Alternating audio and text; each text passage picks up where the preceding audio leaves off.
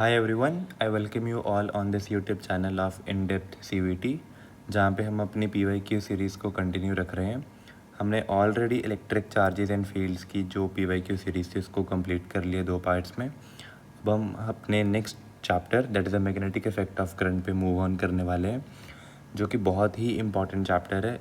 Every shift हर साल यहाँ से बहुत सारे क्वेश्चंस आपको देखने को मिल जाएंगे, और जो क्वेश्चंस हम करेंगे बिलीव मी वैसे के वैसे ही क्वेश्चंस आपको एग्जैक्टली आपके एग्ज़ाम में मिल जाएंगे, बिकॉज हम हमें टॉप नॉच जो PYQs हैं उनको कैटर करने वाले हैं। So let's start with our first question. The SI unit of a magnetic field is. तो जो SI यूनिट होती है, हम सबको पता है SI यूनिट क्या होती है मैग्नेटिक फील्ड की, टेस्ला। अब अगर हम यहाँ पे SI यूनिट की बात कर रहे हैं तो हम साथ में डायमेंशन की भी बात करते हैं।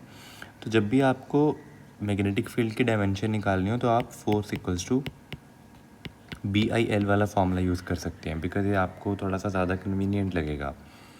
और फोर्स की अगर आप यूनिट देखेंगे that is mass into acceleration, and B की हमें निकालनी है, A की क्या रहेगी that is amperes, and L की एज सच L। यहाँ से लेंथ से कट जाएगा, एंड मैग्नेटिक फील्ड की हमें यूनिट मिलेगी M/T² अपॉन A, राइट। ये यहाँ पे ध्यान में रखिएगा, एरिया नहीं है, दिस इज़ एम्पियर, करंट वाला एरिया है। तो जो SI unit of magnetic field है वो टेस्ला है। एक और यूनिट होती है मैग्नेटिक फील्ड की दैट इज़ गॉस, उसको हम आगे डिस्कस भी करने वाले हैं। That 1 tesla is equals to 10⁻⁴ gauss. Important relation है, हम इसको आगे देखेंगे भी। Next is magnetic field at any point inside the straight solenoid is. बहुत ही आसान सा फॉर्मूला होता है इसका, दैट इज़ μ0 Ni, जहाँ पे I आपका क्या है that is a current, and N is number of turns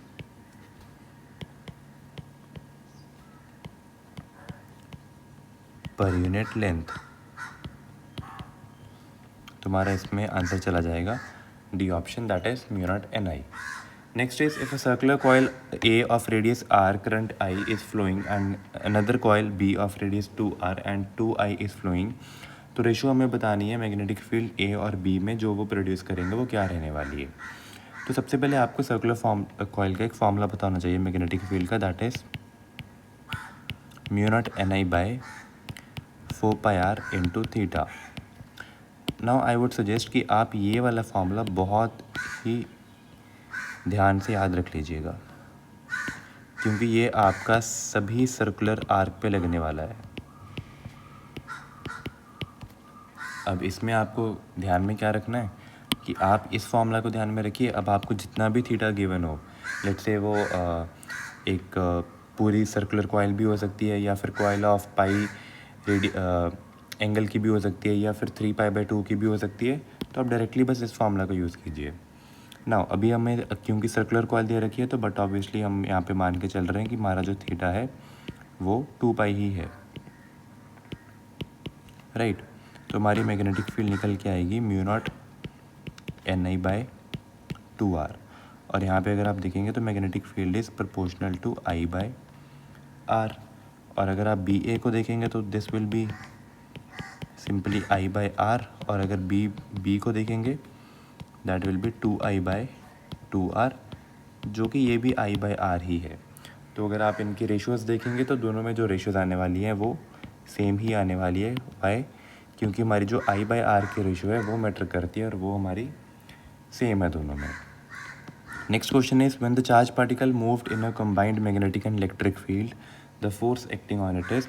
हम उसको लोरेंटस फोर्स का नाम देते हैं। इस एक थ्योरी बेस्ड क्वेश्चन है और एक बहुत ही इंपॉर्टेंट टॉपिक भी है। इनफैक्ट मैं आपको बता दूं, जो इलेक्ट्रिक और मैग्नेटिक फील्ड का कॉम्बिनेशन होता है जिसको हमने लोरेंटस फोर्स का नाम दिया है, इसका फॉर्मूला भी है। अब हमें इलेक्ट्रिक फील्ड पता है क्योंकि हम ये चैप्टर ऑलरेडी कर चुके हैं। इसकी जो फोर्स है दैट इज़ QE, और इसमें जो फोर्स लगेगी दैट इज़ V×B। और अगर आप यहाँ से Q कॉमन ले लेंगे दिस विल बी E+V×B। बहुत ही इंपॉर्टेंट लोरेंटस फोर्स का फॉर्मूला भी है। Next a charge particle move through a magnetic field perpendicular to its direction, उसकी हम काइनेटिक एनर्जी और मोमेंटम का बिहेवियर हमको बताना है। अब आपको हमेशा याद रखना है, जब भी magnetic field perpendicular to the direction रहेगी तो उसकी ओनली डायरेक्शन चेंज होगी, जो स्पीड है वो कांस्टेंट रहती है। अब स्पीड कांस्टेंट रहने का मतलब क्या हो गया? आई मीन टू से वो एक यूनिफॉर्म सर्कुलर मोशन परफॉर्म कर रहा है। ऑलराइट, बहुत बढ़िया। अब क्योंकि वो एक यूनिफॉर्म सर्कुलर मोशन परफॉर्म कर रहा है जहाँ पे सिर्फ उसकी डायरेक्शन चेंज हो रही है, उसकी स्पीड पे कोई फ़र्क नहीं पड़ रहा, दैट मीन्स अब हमें पता है काइनेटिक एनर्जी क्या है हमारी, एक स्केलर क्वांटिटी है, और मोमेंटम क्या है हमारा, एक वेक्टर क्वांटिटी है। अब क्योंकि काइनेटिक एनर्जी स्केलर क्वांटिटी है तो ये सेम रहेगी, क्योंकि डायरेक्शन का कोई मतलब नहीं है, और मोमेंटम क्योंकि एक वेक्टर क्वांटिटी है और इसकी डायरेक्शन चेंज हो रही है, so this will change. So our correct option will be momentum will change and kinetic energy will remain constant. Next question is the magnetic moment of a current I carrying a circular coil radius r and number of turns. अभी हमें पता होना चाहिए कि जो magnetic moment का formula होता है दैट इज़ NIA, जहाँ पे N जो है that is number of turns, I मेरा जो है वो करंट है, और जो A है दैट इज़ एरिया। इस चीज़ को ध्यान में रखिएगा। अब M जो है हमारा एरिया के डायरेक्टली प्रोपोर्शनल है, और जो एरिया होता है ये आर स्क्वायर के डायरेक्टली प्रोपोर्शनल होता है। So can I say that कि जो मेरा मैग्नेटिक मूवमेंट रहने वाला है वो आर स्क्वायर के डायरेक्टली प्रोपोर्शनल रहने वाला है, that means option number second. Next is Lorentz force is given by the formula. अभी जस्ट रिसेंटली हमने इस चीज़ का फॉर्मूला पढ़ा था कि ये इलेक्ट्रिक फील्ड और मैग्नेटिक फील्ड के सम के बराबर होती है, hence this will be QE plus QV cross B, hence this will come as, आप Q को कॉमन ले सकते हैं, E plus V cross B। और यहाँ पे ध्यान में रखना है, यहाँ पे ऑर्डर बहुत मैटर करता है, it should be V cross B only. यहाँ पे हम B क्रॉस V अगर हमने लिखा दिस विल बी रॉन्ग, यहाँ पे V क्रॉस B ही होना चाहिए, और Q हमने यहाँ पे एज ए कॉमन ले लिया, answer correct option will be D। Next देखिए, 1 गॉस इज इक्वल्स टू, अब वही क्वेश्चन जो हमने बिल्कुल फर्स्ट क्वेश्चन में रीड करा था, मैंने आपको बताया था कि जो 1 टेस्ला है दैट इज़ 1 गॉस, और आपको ये भी बताया था कि टेस्ला एक SI यूनिट है, सॉरी 10⁴ गॉस, लेकिन यहाँ पे हमसे 1 गॉस पूछा गया है, that will be equals to 10⁻⁻⁴ tesla, that is second option. Next देखते हैं, a circular arc of radius wire of radius r subtends an angle π/4 if current I in is flowing in it, the magnetic induction हमें बताना है। सबसे पहले तो आप ध्यान में रखिएगा कि मैग्नेटिक इंडक्शन का मतलब यहाँ पे फील्ड ही है, जिसे आपको याद होगा कि लास्ट के 2 लेक्चर्स में हमने बात करी थी इंटेंसिटी ऑफ इलेक्ट्रिक फील्ड, वो इलेक्ट्रिक फील्ड का ही मतलब था। यहाँ पे भी अलग अलग मीनिंग बस नेम है, that is magnetic induction means magnetic field ही होता है। अब जैसे मैंने आपको यहाँ पे एक बहुत ही इंपॉर्टेंट फार्मूला बताया था, दैट इज़ जब भी आर का क्वेश्चन आए आप ये फार्मूला ध्यान में रखिएगा, आपको कोई भी एंगल दे दिया जाए π/4 π/2 π कुछ भी दे दिया जाए, आप जस्ट वैल्यूज़ को सब्सटीट्यूट कीजिए और आपका आंसर आ जाएगा। सो यहाँ पे μ0I/4πr, एंगल हमें π/4 ऑलरेडी गिवन है, पाई से हम पाई को कैंसिल आउट करेंगे, so our magnetic field will be μ0I/16r। यहाँ पे आपको शायद विजिबल नहीं होगा बट दिस इज़ 16r, ये हमारा फाइनल आंसर है। मैं इसको हाईलाइट कर देता हूँ अगर आपको विजिबल नहीं है, this is the final answer. Next, the magnitude of magnetic field at a point having a perpendicular distance 50 millimetre from a long straight conducting wire will be. अब अगेन जब भी आपको लॉन्ग स्ट्रेट वायर या wire का कोई भी question आ जाए मैंने अपने दिमाग में एक चीज़ रखी हुई है कि मैं हमेशा μ0I/4πr को याद रखूँगा। अब डिपेंडिंग अपॉन कि मेरे पास कौन सी शेप है या क्या पूछा गया है, उसके अकॉर्डिंग मैं यहाँ पे मल्टीप्लाई करूँगा। क्योंकि मेरे को वायर पूछी गई है, तो वायर में मुझे दोनों साइड्स के एंगल पता होने चाहिए, तो यहाँ पे मैं साइन के एंगल ऐड कर दूँगा। और अगर लेट से यहाँ पे यही सर्कुलर कॉइल होता आर्क होती, तो मैं μ0I/4πr को थीटा से मल्टीप्लाई कर देता। तो मतलब ओनली डिफरेंस यहाँ पे थीटा का, यहाँ पे साइन थीटा 1 प्लस थीटा 2 का है, दैट्स इट। अब हम ध्यान से देखते हैं। अब क्योंकि हमें दे रखी है लॉन्ग स्ट्रेट वायर मतलब इन्फानाइट वायर, तो अगर वायर इन्फानाइट है इसका मतलब क्या हुआ कि ये भी थीटा 1 भी 90 डिग्रीज और थीटा 2 भी 90 degrees.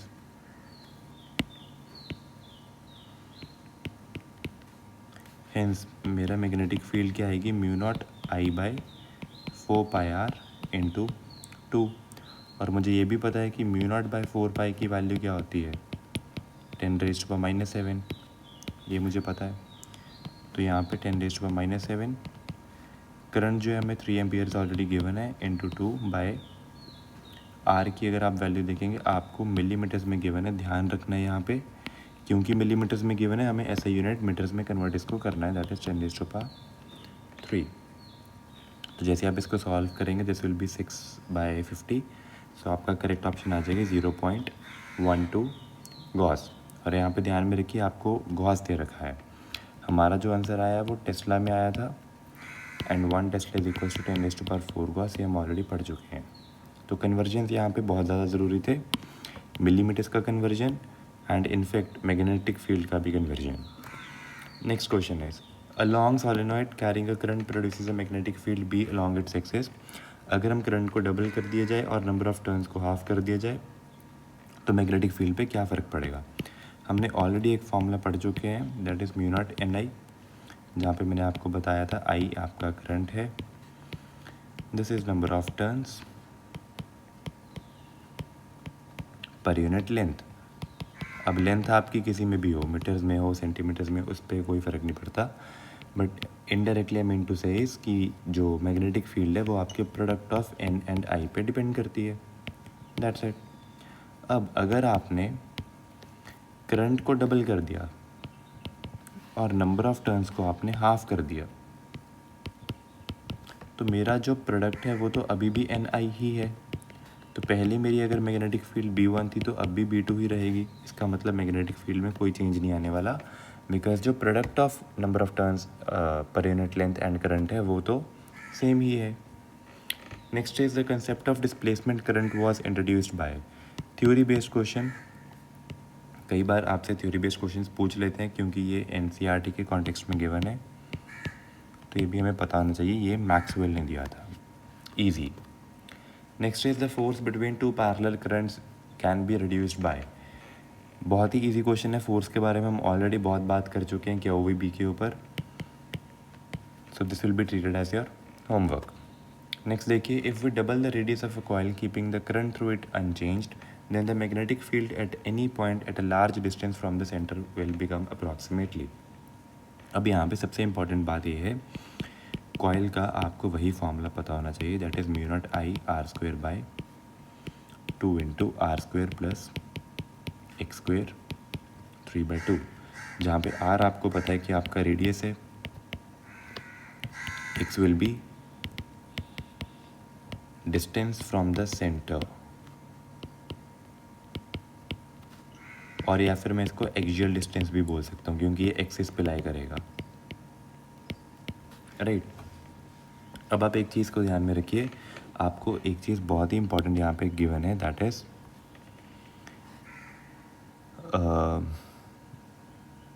unchanged then the magnetic field keeping the current through it unchanged then the magnetic field at any point at a large distance। Large distance का मतलब क्या हो गया कि जो हमारा x है वो एज़ कम्पेयर टू r बहुत बड़ा है। तो अगर x बहुत ज़्यादा बड़ा है, अगर ये टर्म बहुत बड़ी लार्ज है, तो कैन आई से कि मैं x² + r² को क्या मैं r² ही लिख सकता हूँ, एक्स स्क्वायर ही लिख सकता हूँ, क्योंकि आर स्क्वायर की तो वैल्यू बहुत कम होगी उसके कंपेरेटिवली। तो मैग्नेटिक फील्ड का फॉर्मूला क्या बन जाएगा, mu naught I R square by 2 into x square raised to power 3/2, which means magnetic field मेरी आर स्क्वायर के ही प्रोपोर्शनल आने वाली है। इन दिस केस अगर एट लार्ज डिस्टेंस आपको गिवन है, क्योंकि तभी हम x को लार्ज हमने कंसीडर करा और r को हमने यहाँ पे निगलेक्ट कर दिया। नाउ क्योंकि मैग्नेटिक फील्ड मेरी आर स्क्वायर के प्रोपोर्शनल है, और अगर मैं रेडियस को डबल कर रहा हूँ, then my magnetic field will become 4 times, क्योंकि स्क्वायर पे डिपेंडेंट है। Next, a particle of mass m charge दे रखे, काइनेटिक एनर्जी दे रखी है, transverse motion, again transverse motion का जो क्वेश्चन है जो हमने फोर्स पढ़ी थी दैट इज़ QVB, और जो हमने रेडियस mv/qb पढ़ रखा है ऑलरेडी उसके ऊपर बेस्ड है। This will be treated as your homework, आप ट्राई कीजिए। Next, a portion of conducting wire is bent in the form of a semi circular of radius r as shown in the figure. At the centre of the semi circular magnetic induction हमें बताना है। Again ध्यान में रखिए, magnetic induction का यहाँ पे meaning again magnetic field ही है, जस्ट आपको जानबूझकर वर्ड्स चेंज करके कंफ्यूज करने की कोशिश कर रहा है। अब आप यहाँ पे देखिएगा, मेरे पास 3 पार्ट्स हैं। 3 पार्ट्स कौन से, एक ये वायर और एक ये सेगमेंट जो मेरे को आर्क गिवन है। नाउ हमें एक नोट पॉइंट यहाँ पे इम्पोर्टेंट ध्यान में रखना है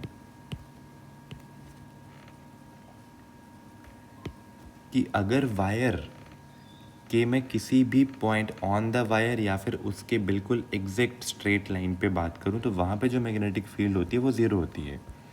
आई मीन टू से be on the wire is zero. क्यों, क्योंकि आपका आर ही ज़ीरो है, आपका कोई परपेंडिकुलर डिस्टेंस ही नहीं है वायर से। सो आई मीन टू से लेट्स से अगर मैं इसको 3 पार्ट्स में डिवाइड करूँ 1 2 3, तो magnetic field because of 1 and magnetic field because of 3, तो मेरी 0 आने वाली है। तो बची क्या मेरे पास 2, और 2 एक मेरी सर्कुलर आर्क है, और अगर सर्कुलर आर्क है तो इसका फॉर्मूला तो मुझे याद ही है, हमने बहुत बार डिस्कस कर लिया, that is mu naught I upon 4πr को मैं ध्यान में रखूँगा।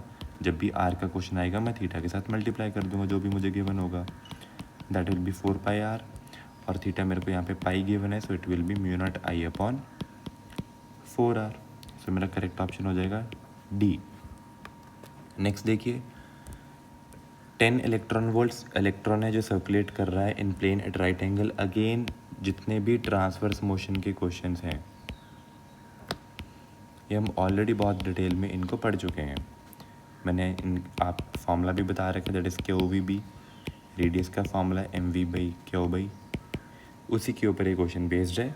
So definitely you should try. और हम यहाँ पे गॉस के बारे में बात कर चुके हैं, that 1 tesla will be equals to 10⁴ gauss, तो यूनिट्स के ऊपर भी बात हो चुकी है। So just try this question as your homework. Next is a uniform electric field and a uniform magnetic field exist in a region in the same direction. An electron is projected with the velocity pointed in the same direction. The electron will, बहुत बहुत बहुत ही important question है, अब इसको थोड़ा ध्यान से समझिएगा। अब मेरे को पता है कि ये मेरा इलेक्ट्रॉन है, यहाँ पे मैंने इलेक्ट्रिक फील्ड लगाई और इसी डायरेक्शन में मैंने मैग्नेटिक फील्ड लगाई, इनफैक्ट इसी डायरेक्शन में मैंने वेलोसिटी दी। अब हमें पता है कि जो इलेक्ट्रिक फील्ड होती है उस पर जो फोर्स लगती है उसकी वजह से दैट इज़ QE, और इलेक्ट्रिक फील्ड और जो फोर्स है वो सेम डायरेक्शन में लगेगी।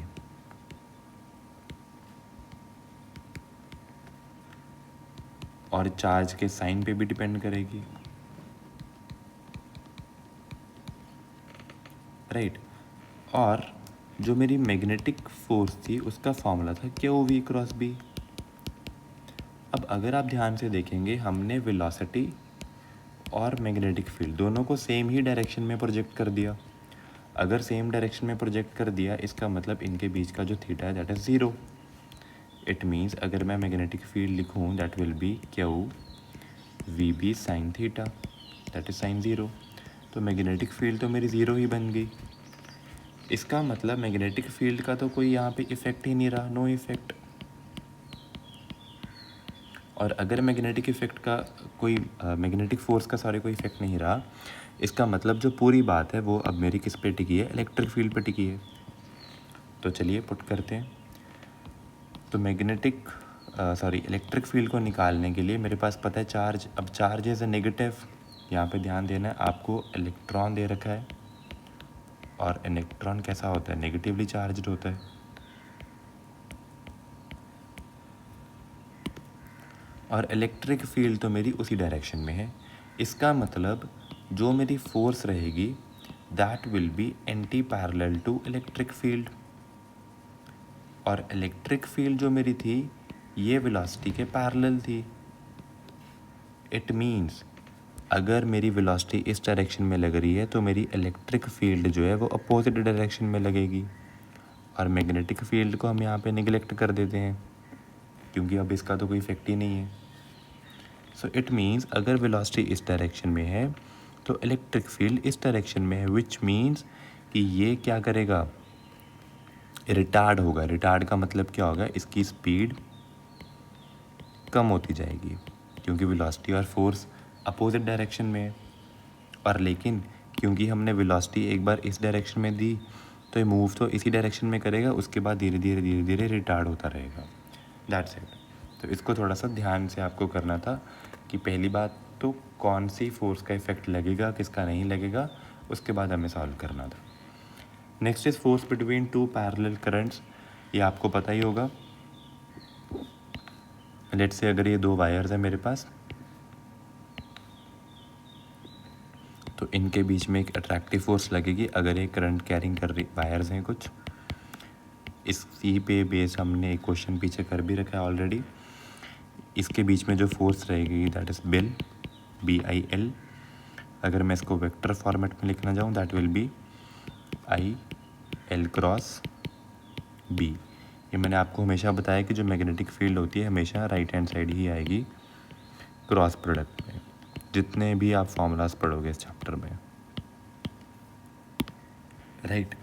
तो इनमें जो अट्रैक्शन होती है दैट इज़, जो फोर्स ऑफ अट्रैक्शन लगती है म्यू0 I1 I2 L/2R, मतलब I1 और I2 के प्रोडक्ट पर डिपेंड करती है।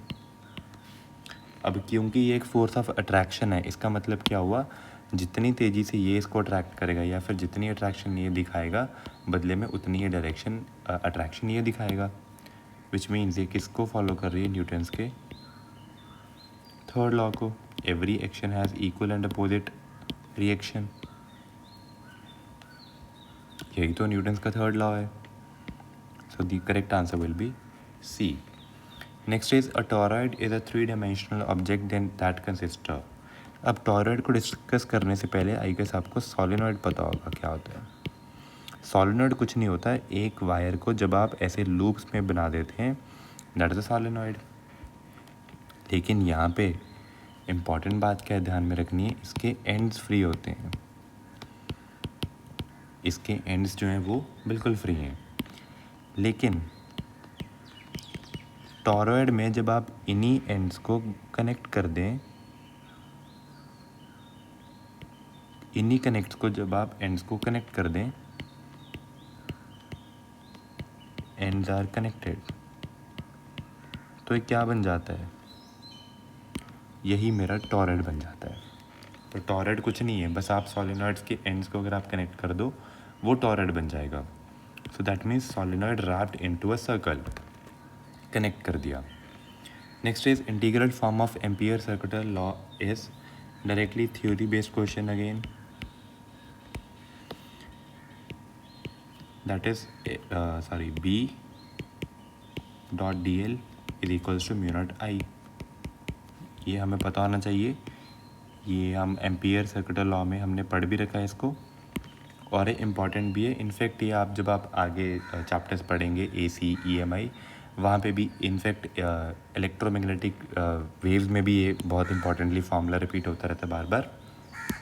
थ्योरी बेस्ड क्वेश्चन है, डायरेक्टली आपको पता होना चाहिए दैट इज़ कि जो सर्कुलर लॉ का इंटीग्रल फॉर्म है वो ये है, और यहाँ पे इस साइन का मतलब क्या होता है, that is closed integration. Symbols का आपको जो मीनिंग है वो ज़रूर पता होना चाहिए। Next is current I is flowing in an infinitely long wire with the cross sectional area हमें दे रखा है, सेमी सर्कुलर रिंग है, रेडियस आर हमें गिवन है। मैग्नेटिक इंडक्शन, अगेन इसका मतलब फील्ड पूछे रखी है, और हम ऑलरेडी सर्कुलर रिंग और वायर के बारे में बात कर चुके हैं। सो आई सजेस्ट यू कि आप इसके एज अ होमवर्क ट्रीट कीजिए एंड ट्राई कीजिए क्वेश्चंस को। Next is the magnetic field eight the centre of circular current loop is. बहुत ही बढ़िया क्वेश्चन है, अब इसको ध्यान से समझिए। हमने magnetic field due to circular loop के बारे में बात करी थी, that was mu naught I by R square upon 2 into R square plus x square power 3/2। अब बहुत सिंपल सी बात है कि अगर मैं एट द सेंटर बात कर रहा हूँ, at centre means x equal to 0, और एट x इक्वल टू 0 मेरे को पता है मेरी वैल्यू क्या आती थी, that is mu naught I upon 2r। और इसको तो मैं उस फॉर्मूले से भी तो कर सकता हूँ ना, अपने म्यू नॉट आई अपॉन 4πr को जब मैं थीटा के साथ मल्टीप्लाई करता था, यहाँ पे मैं थीटा पाई पुट कर दूंगा, सॉरी 2π, तो मेरा आंसर वैसे भी म्यू नॉट आई अपॉन 2r आ जाएगा। तो मैंने दोनों मेथड से वेरीफाई कर लिया। लेकिन अगर आप x को इंक्रीज़ करते जाएंगे, इंक्रीज़ करने का मतलब आप ऑन द एक्सिस जा रहे हैं, ऑन द एक्सिस, और अगर आप ऑन द एक्सिस जा रहे हैं इसका मतलब अब मेरे को पता है एक्सिस x जो है वो डिनोमिनेटर में है, तो क्योंकि जैसे ही x बढ़ता जाएगा, जैसे ही x जो है मेरा बढ़ता जाएगा वैसे वैसे b मेरा डिक्रीज़ होता जाएगा। तो मतलब x की वैल्यू अगर सबसे कम रहेगी तो वहाँ पे b मेरा मैक्सिमम रहेगा, राइट। और b मेरा मैक्सिमम कहाँ पे रहेगा, जहाँ पे x सबसे कम रहेगा, और x की सबसे कम वैल्यू क्या है, x इक्वल टू 0। इसका मतलब सेंटर पे, राइट। तो मुझसे यही तो पूछा गया था कि magnetic field eight the centre क्या रहेगी, मैक्सिमम रहेगी, क्योंकि उसके बाद हम x को बढ़ाते जाएंगे तो डिनोमिनेटर जो है मेरा वो बढ़ता जाएगा, और अगर डिनोमिनेटर मेरा बढ़ता गया तो वैल्यू मेरी ओवरऑल कम होती जाएगी। Next is the magnitude of the magnetic force acting on a charge particle moving in a magnetic field is directly proportional to. हम ऑलरेडी इसके बारे में बात कर चुके हैं कि जो मैग्नेटिक फील्ड होती है that is QV cross B। तो हमें पता है कि मेरी जो मैग्नेटिक फोर्स है वो Q के भी डायरेक्टली प्रोपोर्शनल है, V के भी डायरेक्टली प्रोपोर्शनल है, इनफैक्ट B के भी डायरेक्टली प्रोपोर्शनल है। क्योंकि अगर मैं V को ज़्यादा रखूँगा तो मेरा क्रॉस प्रोडक्ट का रिजल्टेंट ज़्यादा आएगा, इनफैक्ट B को भी ज़्यादा रखूँगा तो मेरा क्रॉस प्रोडक्ट का जो रिज़ल्ट है वो ज़्यादा आएगा, और इनफैक्ट अगर मैं Q को भी ज़्यादा रखूँगा तो मेरी फोर्स भी ज़्यादा आएगी। तो ये तीनों चीज़ों के ही तो प्रोपोर्शनल हो गया।